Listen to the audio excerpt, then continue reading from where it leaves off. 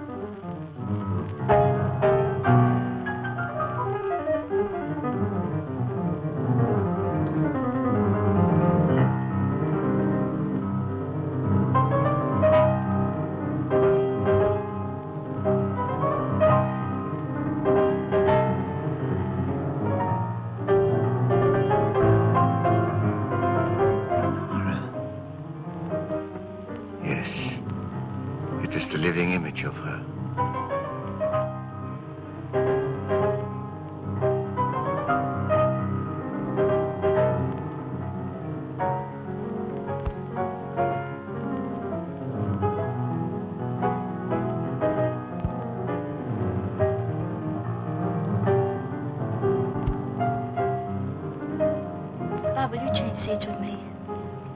Why, of course, dear.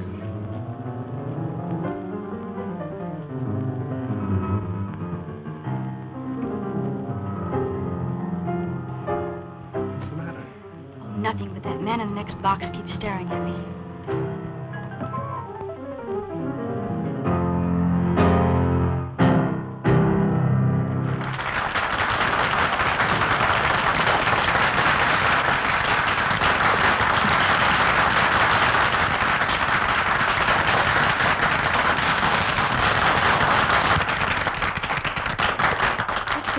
Dad during the intermission. All right.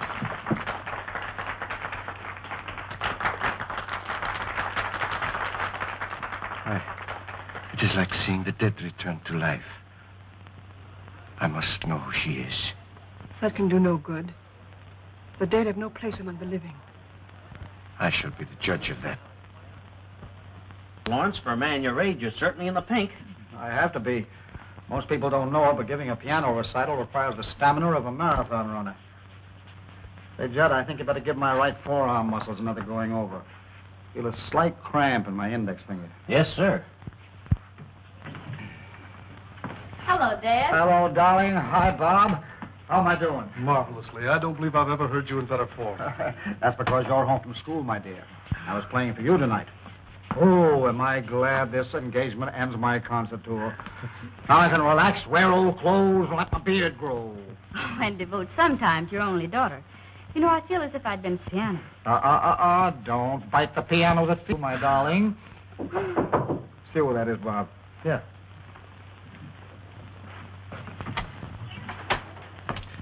This gentleman would like a minute with Mr. Lawrence. Just a moment. Dr. Igor Markoff is waiting to see you.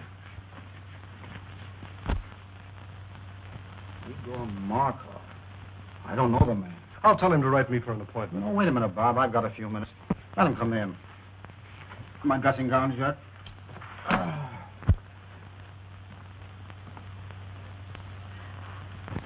So I have the pleasure of addressing Mr. Anthony Lawrence. That's right, Doctor. What's on your mind? I should like to apologize to this charming young lady for my seeming rudeness. Well, I don't know what you're talking about, but go ahead. This is my daughter, Patricia, Dr. Markoff. Please forgive me, young lady, for staring so rudely at you, but I really could not help it. Seeing you tonight was quite a shock because you are the living image of my wife, Lenore, as she looked at the time we were married. She was taken away from me under very tragic circumstances. I understand. I accept your apology. Thank you.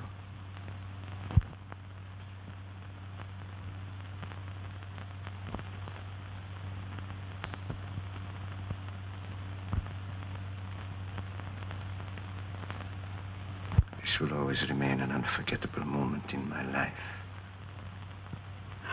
Thank you. Auf Wiedersehen. So nice to have met you. I always appreciate the privilege of meeting a great artist. Thank you, Doctor. And good night. Good night, sir.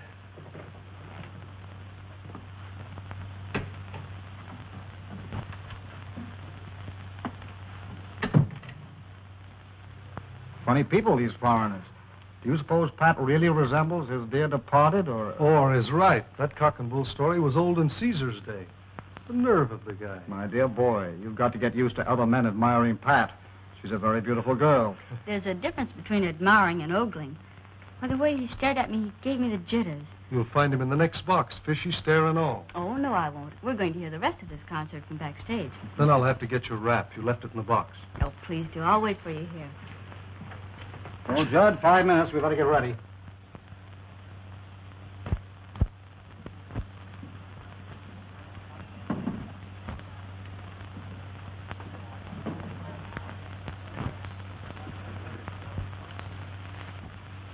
It seems that the great Dr. Markoff failed to make a favorable impression. Temporarily, yes. But there will be many opportunities in the future. Besides, the doorman was not averse to accepting a little gratuity and gave me all the information I needed. Igor, I've risked my life for you. I've kept your secret all these years. Does all this mean nothing to you? Don't I mean anything to you? Because of your knowledge of my work, I need you as an assistant.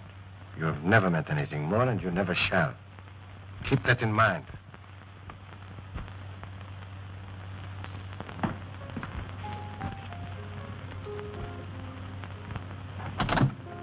Flowers for Miss Lawrence? Sign, please. Thank you.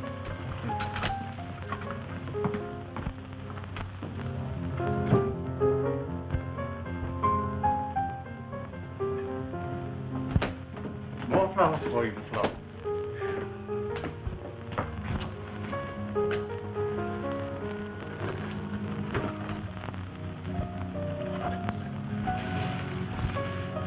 Flowers, flowers, flowers. Morning, noon, and night. The man must be crazy. Keeps on, I'll hate the sight of him. Have Williams take those to the children's hospital.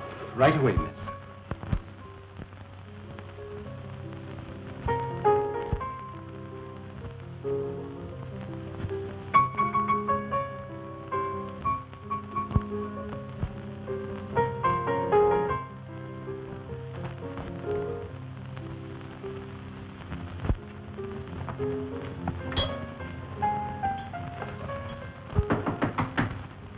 Come in. Dad, you've just got to make Dr. Markoff stop pestering me. First it was flowers 3 times a day, and now he's sending notes with them. And look, I can't stand any more of this. You've just got to make him let me alone. Well, that man must be out of his mind. I never heard of such presumption. Now, don't you get upset about it, Pat. I'll take care of Dr. Markoff. You just forget about him and let me handle this. What are you going to do, Dad? I'm going to call on our friend and tell him very plainly that his attentions to you are unwelcome, and him stop them immediately. You be careful, won't you? Careful? What do you mean? Well, you'll probably laugh at me, but when you call on Dr. Markoff, will you take Bob with you? Pat, I can take care of myself. But you said yourself he was out of his mind. Did you notice his eyes that night in your dressing room? They seemed to stare right through me. You've been listening to too many horror radio programs lately. What you need is a good workout on the badminton court. Come on, run along. Fear not, fair lady. I shall beard the reptile in his den.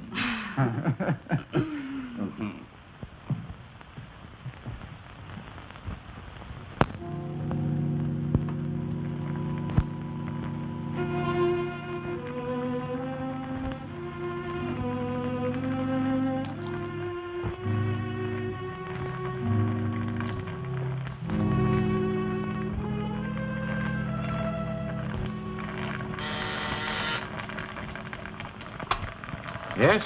Mr. Anthony Lawrence is here to see you, Doctor. I will see him in a few moments. Oh, and Maxine, you had better relieve me. I'm making a new batch of X54, and it requires constant watching.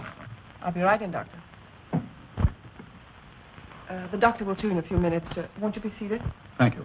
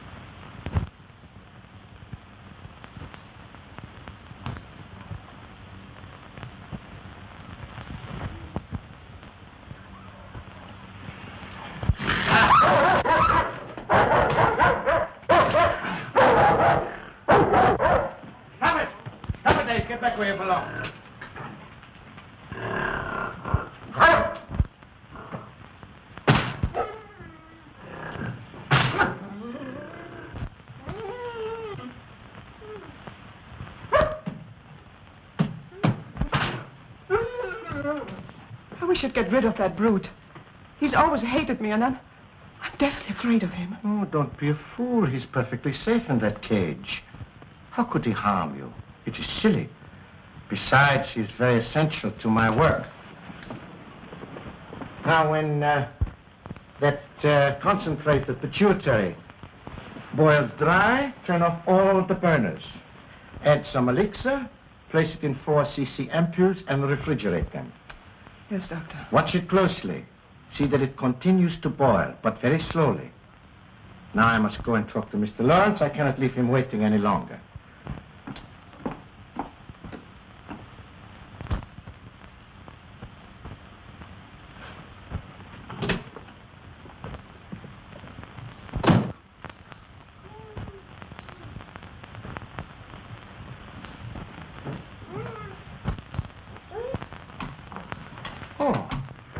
Mr. Lawrence, nice to see you again. This isn't a professional call, Dr. Markoff.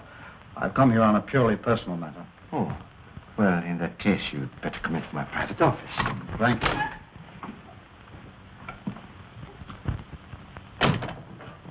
Won't you sit down? I'll remain standing if you don't mind. Oh, as you wish. I'll get to the point very quickly, Dr. Markoff. I've come here in regard to my daughter, Patricia. Ah, yes, a lovely young woman. And that's beside the point. She doesn't welcome your attentions. I'm forced to ask you to stop annoying her. I'm afraid you're being very insulting. Your persistence has left me no other choice. I've already explained my deep interest in your daughter. Perhaps you thought I was lying.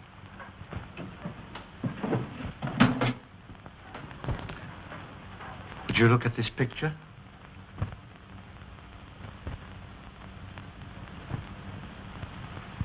What if there is a resemblance? That doesn't give you the privilege of annoying her. But I am going to marry her. Ma? I'm amazed at your conceit. I'm warning you, Dr. Markoff.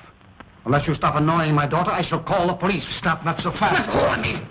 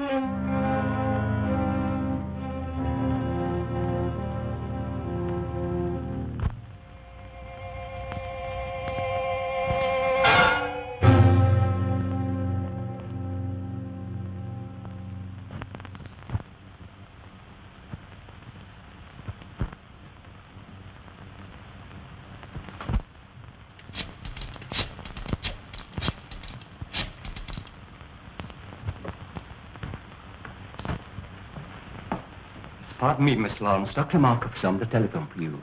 Dr. Markoff? Oh, say I'm not in. But he says it's important. He must talk to you concerning your father. My father? I'll talk to him.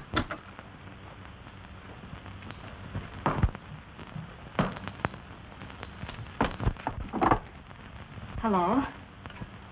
Yes, Miss Lawrence speaking. Oh, Miss Lawrence, your father has had a slight attack of vertigo. Yes, he's here in my office. It was probably brought on by overwrought nerves. I was wondering if you had not better come and get him. Is he well? No, not seriously. However, scarcely able to drive his own car. Of course, I could keep him here, or if you wish, I could call an ambulance. Ambulance? Oh, no, I'll be right there. Where is it? 1335 Cliff Drive. Thank you.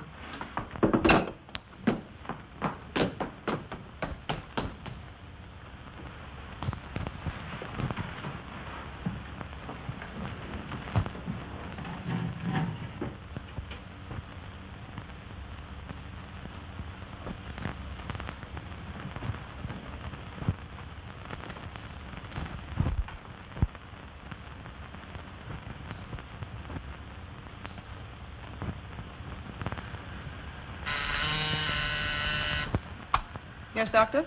Maxine, turn down all the flames to about half.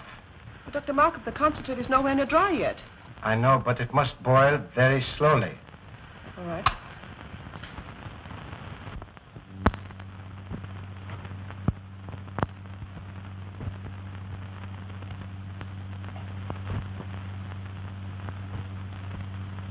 So you see, Mr. Lawrence, nobody having witnessed our encounter, I am perfectly willing to keep it a secret.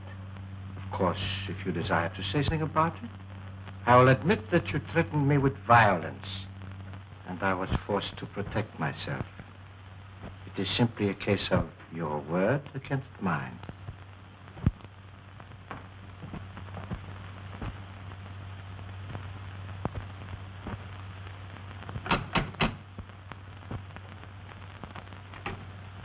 Is this Dr. Markoff's residence? Yes. Are you Miss Lawrence? Yes. Come in. The doctor's expecting.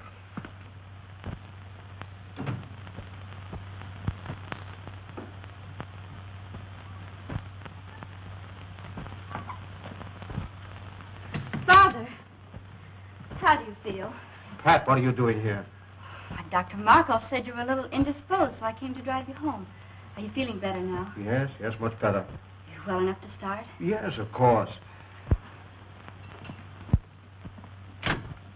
Steve, help Mr. Lawrence to his car.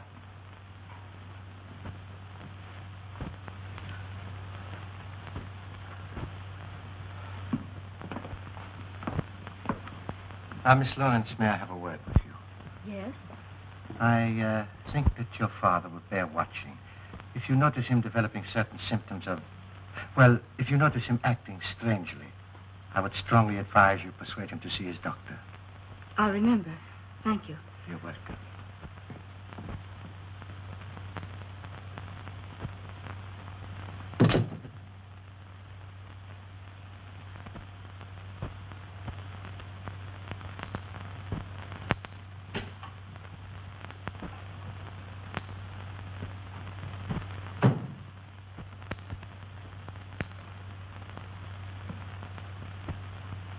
Have you finished? Yes, I did exactly as you told me. Why are you working on a formula X54? I thought you were satisfied with X53. Not quite. I have succeeded with X53 in arresting the disease acromegaly. But it will do no more than hold it in check. Come, I will show you.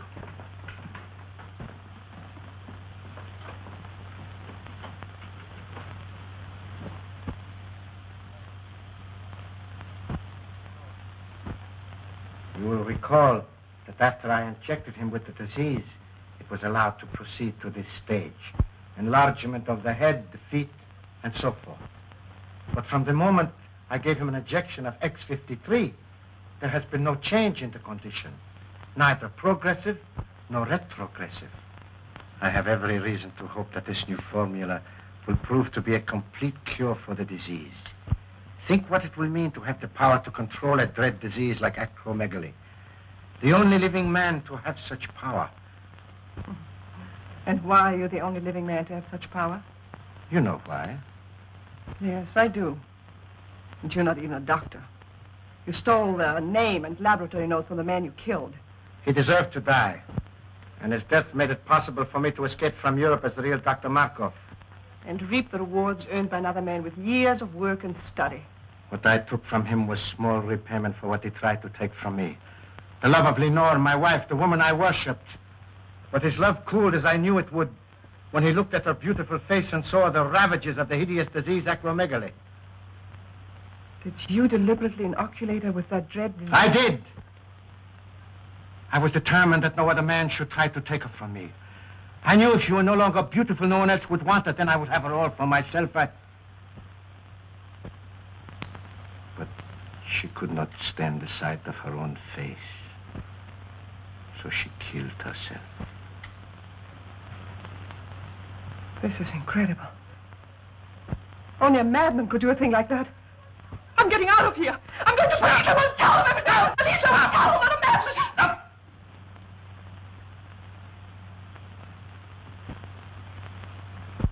You are going no place.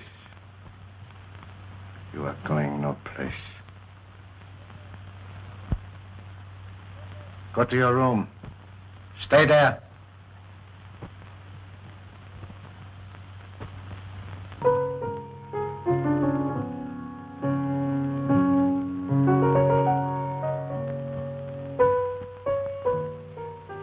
Good to have you back again with us, Bob. Glad to be back once more, Pat. It's no fun being away from you. I do wish you didn't have to spend so much time out of town.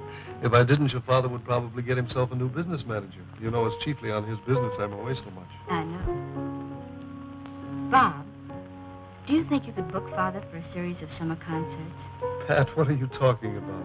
If you knew the heavy schedule I booked him for next season, you'd want him to have a good rest. Oh, I do, but he can't seem to rest. I don't know what's gotten into him. He seems to have so much energy. He just can't seem to work it out. Well, let's hope it keeps up. But it can't, Bob. Do you realize that he's up at 6 every morning? That he walks practically all day long? That I can't get him to go to bed at night? Sometimes I awaken at 2 or 3 in the morning, and he's still playing his piano. That's not normal in a man of his age.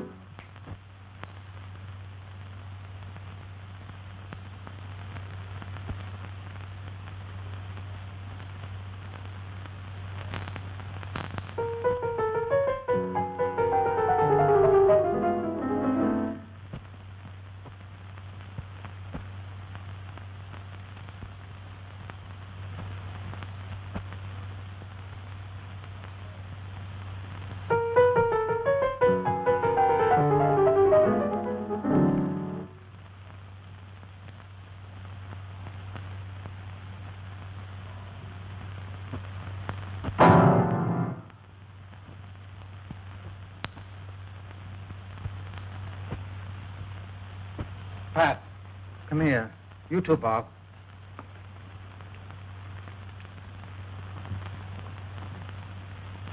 Doesn't it look as if my fingers were thicker?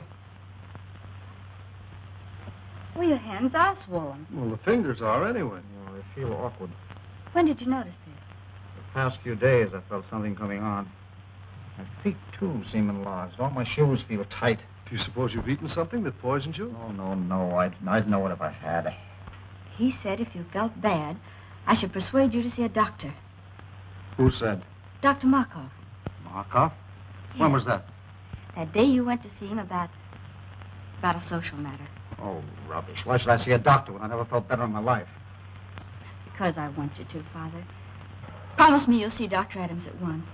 Let me call him now. Nonsense. There's nothing the matter with me, really. I'll tell you what I'll do. If this condition doesn't clear up by tomorrow, I'll drop in to see Dr. Adams just to put your mind at ease. But you won't go. You put it off. Why don't you let me call him now? Because it isn't urgent. Anyway, right now, I feel like going out for a walk. But you've been walking all day. I can't help it. I feel restless and full of energy.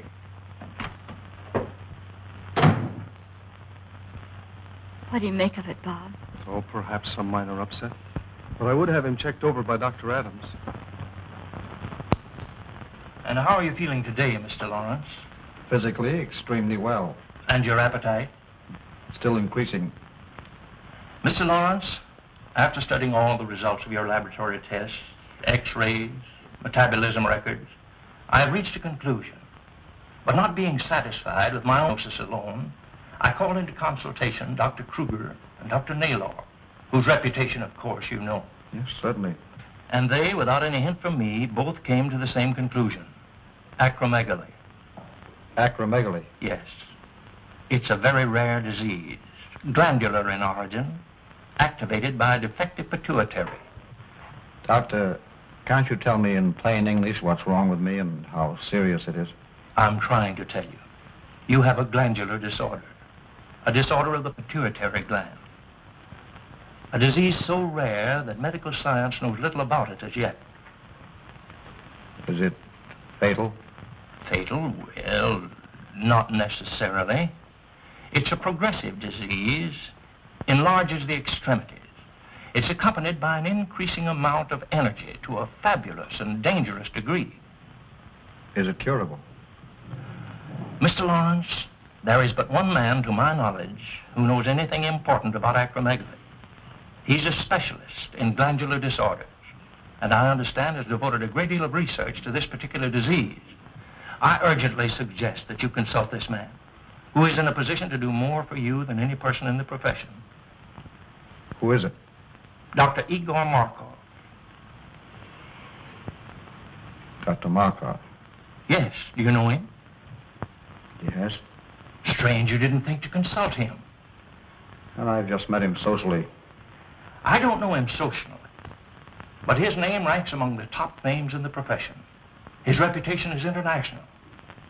So he is, therefore, the man that you should see, Mr. Lawrence. I'd rather not see Dr. Markoff. Isn't there anybody else I can consult? No. He's the only man I know that can help you. He has not seen fit as yet to give out his findings or his method of treatment to the profession. So, therefore, if you're to be helped, you must go to him. And there's nothing you can do for me, Dr. Adams? Frankly, Lawrence, nothing effective. Well, thank you for your frankness. You will see him? I'll think it over.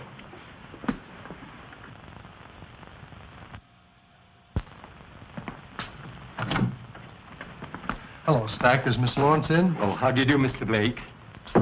I tell Miss Lawrence you're here. Bob, darling, I'm so glad you're back.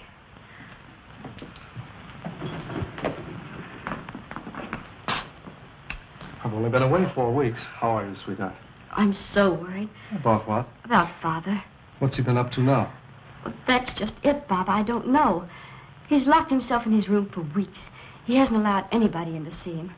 Stack takes his meals into him, but he has to leave the tray in the music room. He says the door into the bedroom is locked, and that Father won't come out until after he's left. Is he in there now? Yes, but the door from the music room into his suite is locked from the inside. He sounds in excellent form. He hasn't touched the piano in weeks.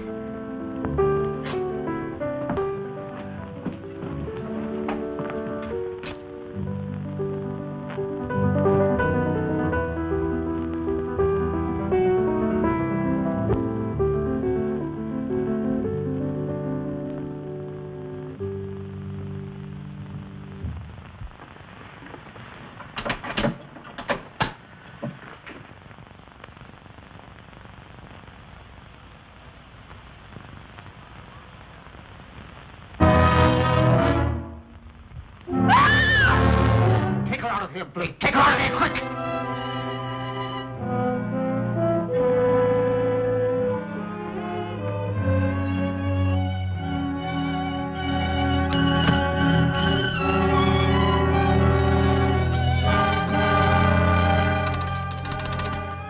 Oh, Stack. Have William bring my car down to the side entrance immediately and leave it there. I'll drive it myself. No.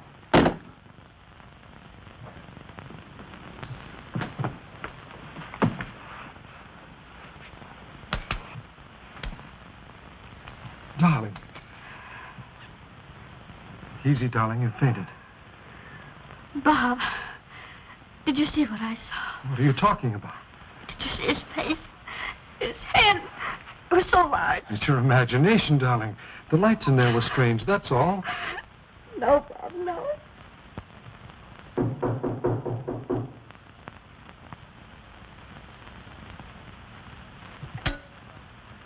Maxine, see who's in my waiting room. Maxine! Maxine, are you there?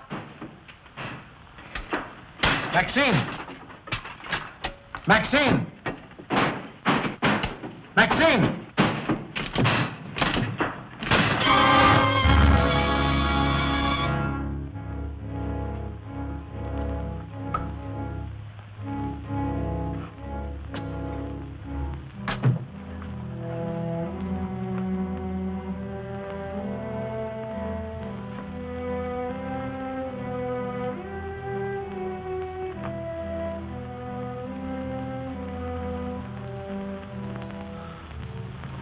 Lawrence. Yes, Markoff. Weren't you expecting me? You knew I'd have to come to you sooner or later. To you, the one man with experience concerning the hideous disease of acromegaly. Oh, you had it cunningly worked out, Markoff. So that I would be forced to come to you alone for help. Then you would be in a position to dictate your own terms in exchange for that help. Terms which no doubt would involve my daughter, Patricia. Oh, you were clever, Markoff. Exceedingly clever.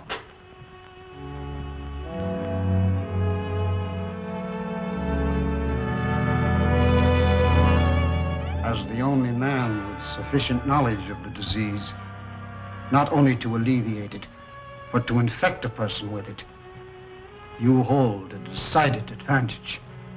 So you see, Markoff, I know you infected me with something that caused acromegaly. But how you made the disease develop so rapidly, when science has proven that it takes years to reach this stage, I do not know. But you did. And now, Markoff, I come to you as you knew I must, to make terms.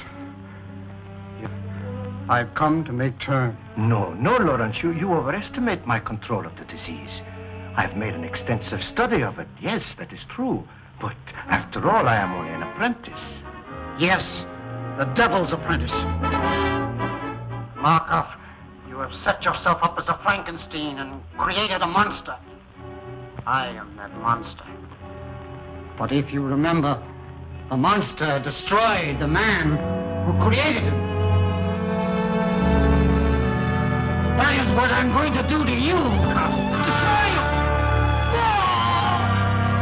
Good work, Steve. Put him on that chair while I prepare an anesthetic. Surgery began this evening. But I must put my mind at rest. Can't you take my word for it, Pat? I'm sorry, Bob. In this case, I can't. It's locked. You see, he doesn't want to be disturbed. But I must see him. Oh, not tonight, Pat, please. In the morning, perhaps. I'll tell you what. I've got to see him in the morning on some business. And as soon as I've finished, I'll send for you. How's that? Well, make it early. I can't have this hanging over my head. I know, dear, and I'll make it just as early as I can. Now, how about getting some rest for yourself? You look exhausted. Oh, I suppose I do, but I can't help it. You look lovely to me, dear. But you do need rest. Now run along. Sleep well. I'll try. Good night. Good night.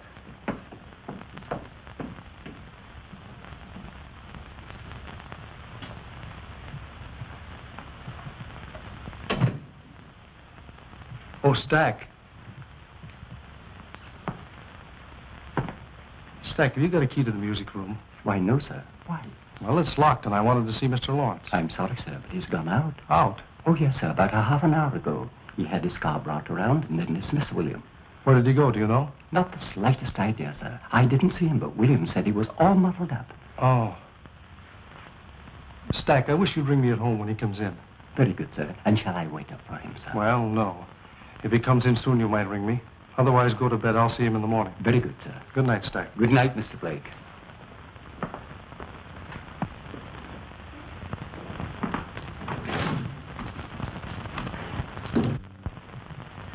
Put him in the room off the surgery in the east wing.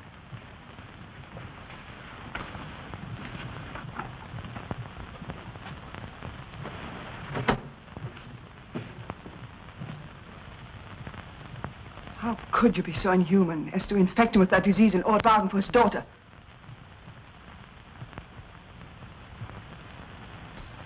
Who gave you that idea? You left the dictograph open. I heard every word that was said. Forget what you heard. It does not concern you. I'll not forget. If you don't give up that insane idea of marrying Patricia Lawrence, I'll tell the truth about you. You would not dare. Oh, yes, I would. Does this mean that I have completely lost your loyalty? You speak of loyalty.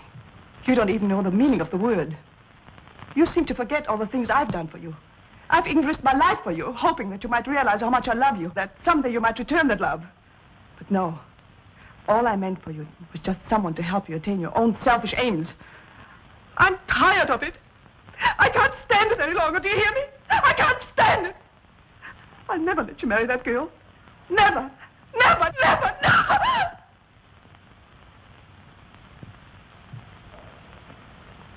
Maxine, you heard nothing. You heard nothing. You heard nothing. Now go to your work.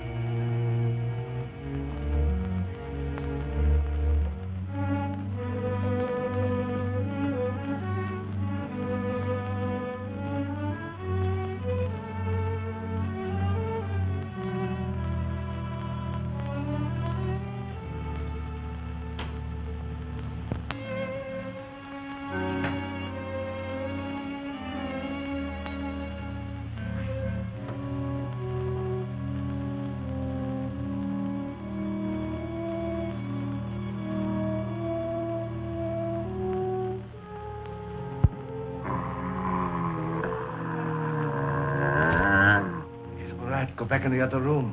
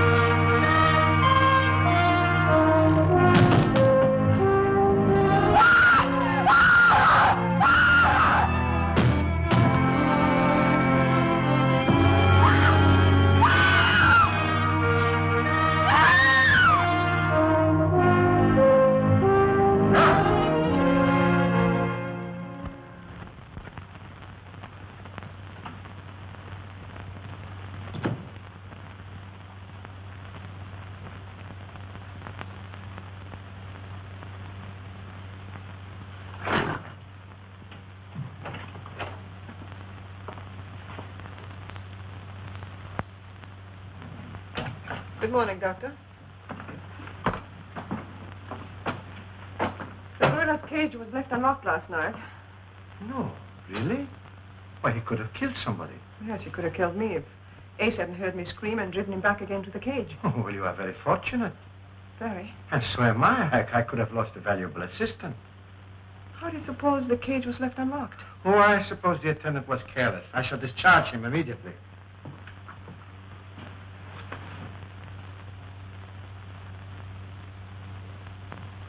Look, Doctor. It's normal. You've discovered a cure. Maxine, it is marvelous. Maxine, this is great. Do you know what it means? It means that I can ask my own price. I can...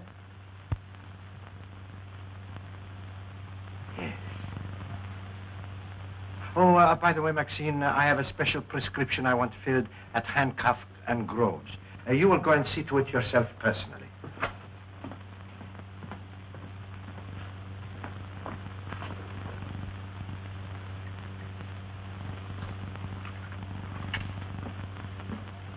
Couldn't it be ordered over the phone? If I wanted it that way, I would have said so. Very well.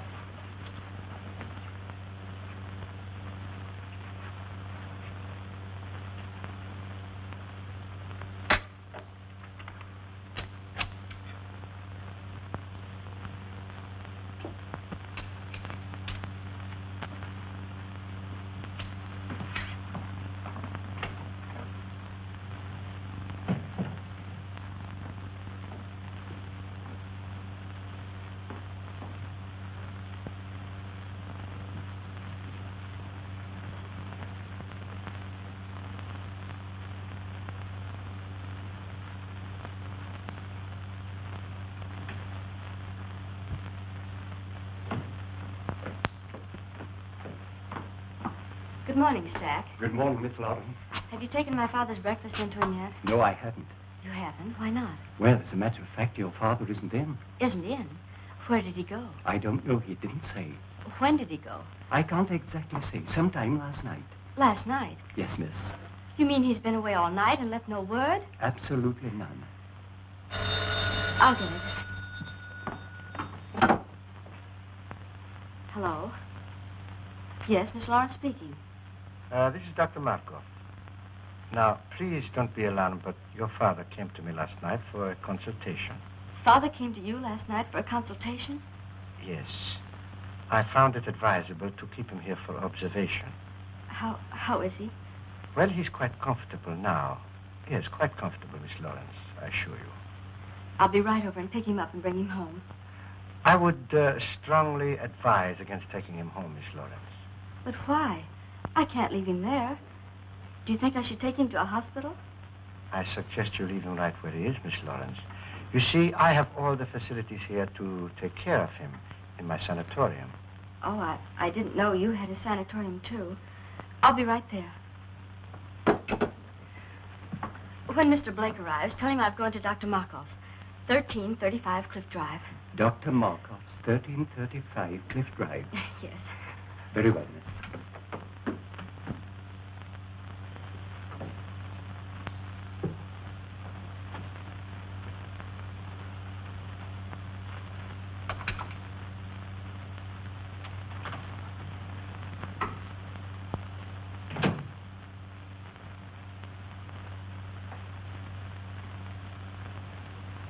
Lawrence, I want you to try hard to understand what I'm saying.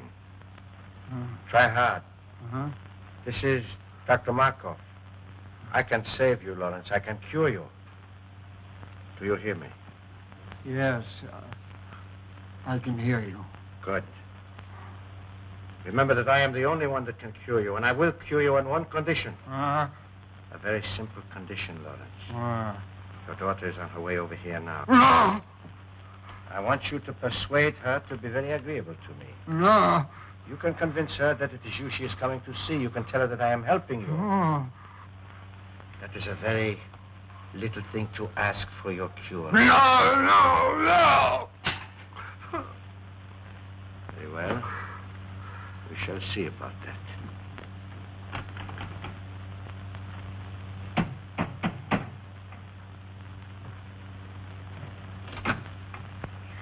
Dr. Markoff, please. Come in. Dr. Markoff wants you to wait in there.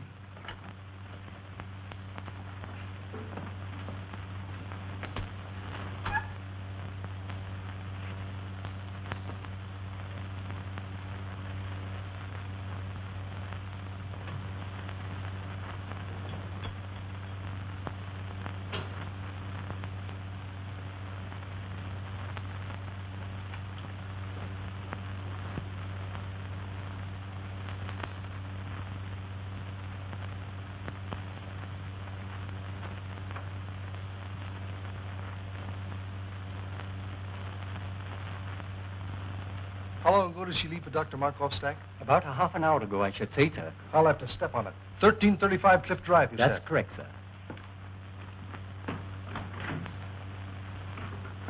I do not have to cure you, Lawrence, because nobody knows I have discovered the cure.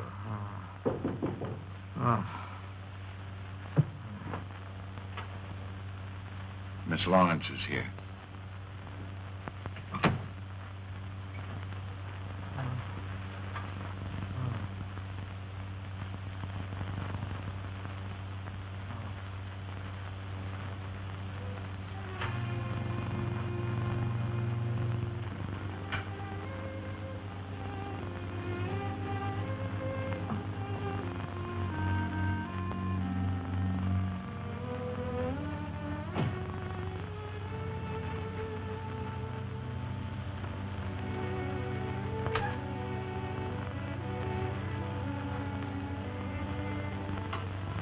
Miss Lawrence. Oh, it is a great pleasure seeing you again. Dr. Markoff, how is my father? He's resting comfortably. Please be frank with me. What's the matter with him? It is a glandular ailment. How serious is it? Well, Miss Lawrence, I'm afraid it is quite serious, particularly in your father's case. Why particularly so in his case, Dr. Markoff? Well, you see, the peculiar disease your father is suffering from causes extreme enlargement of the extremities, the hands, feet, and certain portions of the head. In a professional pianist, it is fatal. That is to the continuance of his career, I mean. Not only are his fingers incapacitated for the intricacies of delicate performance, but his very appearance, upon which so much depends for public approval, is most uninviting. Dr. Markoff, how does it happen my father came to you? I think you will find that your Dr. Adams sent him to me. Dr. Adams? Yes. Dr. Adams made exhaustive tests and in consultation with several eminent colleagues of his, diagnosed your father's case, and correctly so, as acromegaly. Acromegaly? I never heard of it. Few have. It is very rare. And since glandular disturbances are my special field and acromegaly my particular interest, your father was advised to consult me. With what results? I am anxious to cure your father, Miss Lawrence. Most anxious. Providing he is willing to obey my instructions to the letter. Do you anticipate any lack of cooperation on his part, Dr. Markoff? Perhaps some. You see, Miss Lawrence, it is rather long and slow treatment. Naturally, a man of your father's nervous temperament will be impatient, obstinate, even rebellious on occasion. Progressively so, as the brain begins to function more normally. You see, Miss Lawrence, your father is mentally incompetent. You mean he's... Oh, well, shall we say, temporarily unbalanced mentally. The functioning of the pituitary, being aggravated by pressure, makes the patient physically violent on occasion, and great care must be taken that he does not do violence to himself or to others. Dr. Markoff, I'm my father. I can easily understand your need to do so, Miss Lawrence. And I would gladly save you the pain if I could. But I know you will not be satisfied unless you do see him for yourself. Besides, it will give you a basis for comparison. It will give you new hope from day to day as you see him improve. Where is he? Take me to him. In a moment. But remember, although he is still under a sedative, he might easily be aroused to violence. I will advise not to excite him, merely to reassure him that he will receive the very best of care, that you will see to it yourself personally, and that you recommend he do everything possible to cooperate with us. I will. Take me to him. This way, Miss Lawrence.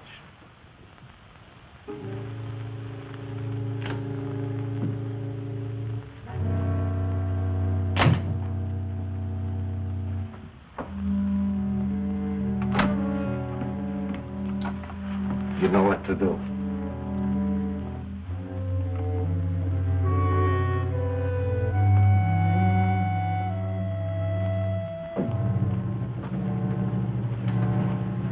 And remember, Miss Lawrence, advise your father. Fullest cooperation in every way possible.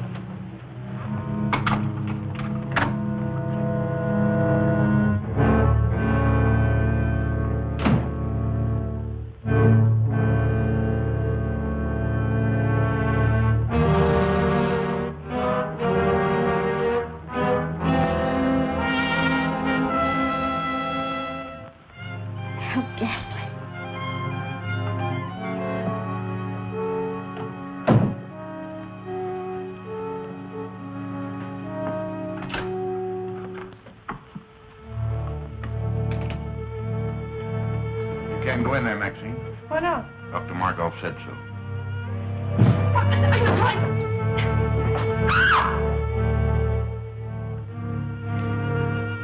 Father, speak to me. It's Pat. Father. Speak to me. It's Pat. It's Patricia, Father. I'm here. Pat. You're going to be all right. Dr. Markoff said so. Markoff. Yes. He's going to cure you, he and I. Markoff. No, no. Markoff. Markoff. No. Dr. Markoff, why is he strapped down? To prevent his doing violence to himself or to others, Miss Lawrence. Take them off. Take them off, do you hear? Well, that would be very dangerous. Take them off, I say. Take them off at once. Stop that. Calm yourself. Calm yourself, Miss Lawrence. I don't care what you say. You can't treat him like a wild animal. It is a necessary precaution, Miss Lawrence. If he were to become violent, he would be extremely dangerous. I don't care what you say. You can't treat him like a wild animal. His recovery depends solely on you. What do you mean? I will cure your father when you decide to become my wife. Let go of me. I'll never marry you. Never is a long time. But some people do change their minds.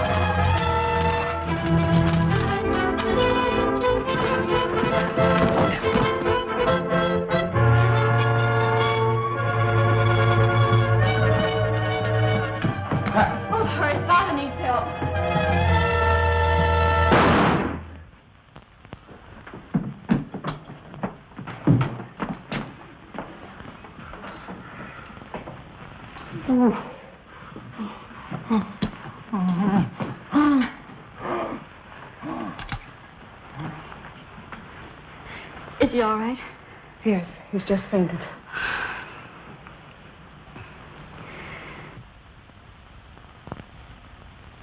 Dr. Markoff was the only man who could cure Dad. But him dead, there's not much hope left. Oh, yes, there is, Miss Lawrence. I'm familiar with the serum Dr. Markoff has perfected for the cure. He has been using it to bargain with your father for you. He'll be all right. It might take a little while, but he'll be all right. Thank you.